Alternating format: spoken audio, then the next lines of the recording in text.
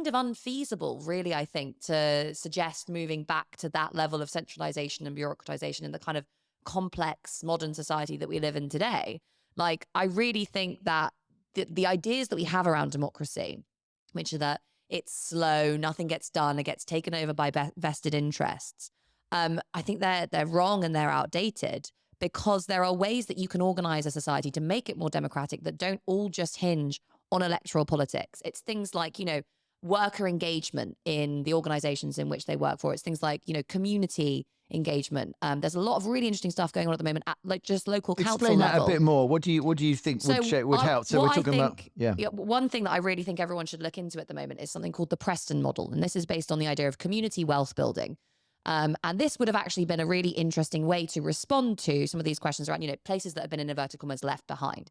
The idea is that there are anchor institutions in an area like the council, the NHS, universities, that they can't move. They have a certain procurement budget.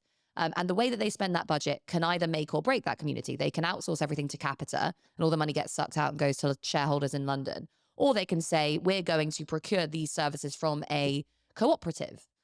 Or from a local business, and use that collective power and that spatial planning, basically, that these organizations have to try and boost the local community. They did this in Preston. It was an amazing success. The Labour Council there, who's run by Matthew Brown, he's written a book about it, has just, come on heaps and bounds from this very deprived area to actually really, maintaining a lot of value in the community. They're thinking about doing things like, again, setting up their own cooperatives, setting up local development banks, that sort of thing.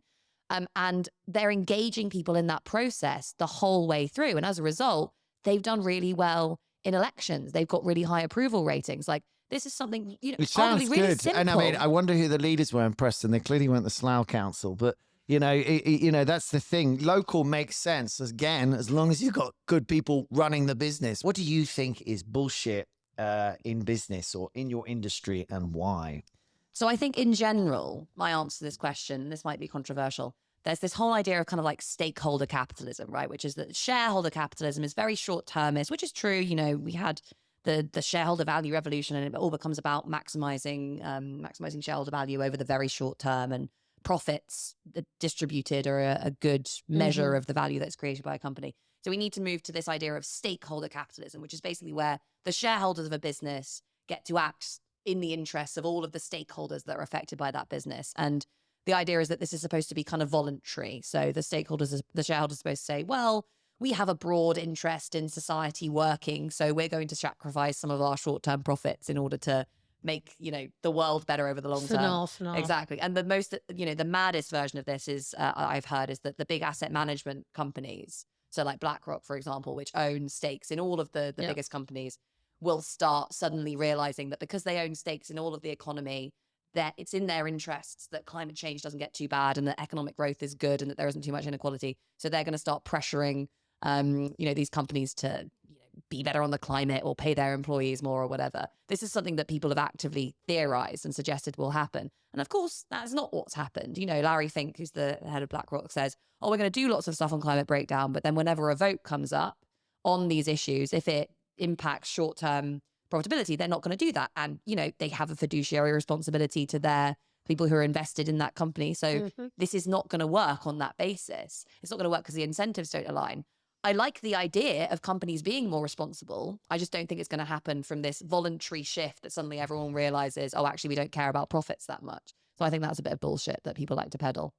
It's a really curious one. I think you have to sort of separate big business. I mean, we've joked before, but there's always this line about, everyone does it for the shareholders. Most companies I know couldn't give two fucks about their shareholders. Yes, they don't even, they're like, whatever. They are shareholders. Do they have a duty to make profits? Like, look, I'm trying to make money here. I want my salary to continue. I'm hoping to get a dividend one day. But the stakeholder thing is coming, but it's this hugely complicated mechanism that needs accountants and auditors and everyone. And regulation, I would argue. It's coming. Yeah. Or new audit regulation is coming. But yeah, it would take a while. I do think people are thinking more like stakeholders. And again, you think of every company I deal with in London, it's like, it's rare that I meet one now who doesn't give a crap, if they can give a crap. Yeah, but I mean, this is the thing, If they're struggling, which a lot of them are, then giving a crap's difficult. Just as much as for an individual as a business. I think this is really interesting, actually, because kind of this whole idea of stakeholder capitalism tends to come alongside greater market concentration. if you are a big market dominating monopoly or oligopoly, you can afford to be like, oh, well, we'll give a bit here. We'll, do something nice there. We'll invest in this particular scheme or whatever. Whereas if you're in a very competitive industry where, costs are tight, margins are tight, then it's going to be much more difficult for you. So actually, it's not necessarily a good thing that we have these really now quite high in some sectors levels of market concentration that give some firms the flexibility to be able to say, I'm going to do X or Y or Z.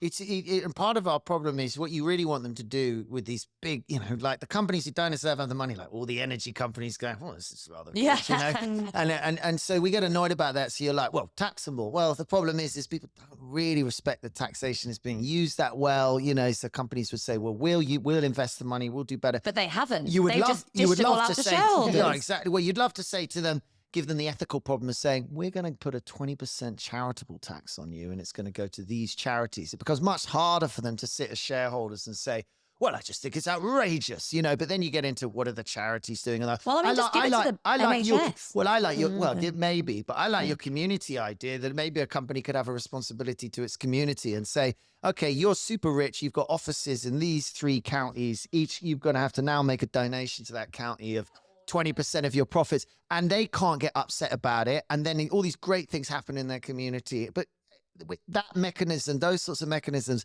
they are very socialist, I guess. Or they're very like coming in. No, but I'm into that shit. I think a lot of people would be into that shit. It's how you do it, and that it's got to be proportional and fair. And that's the problem, because then you get down to the mathematics. But it would seem you could just say, if you've made mega profits and all you do is really get oil out the ground, then fuck you. Yeah, it's a rentier industry. Well, not fuck you. Well done, you. And we're going to give some of it to charity, okay? That's what we're going to do, and don't get upset about it.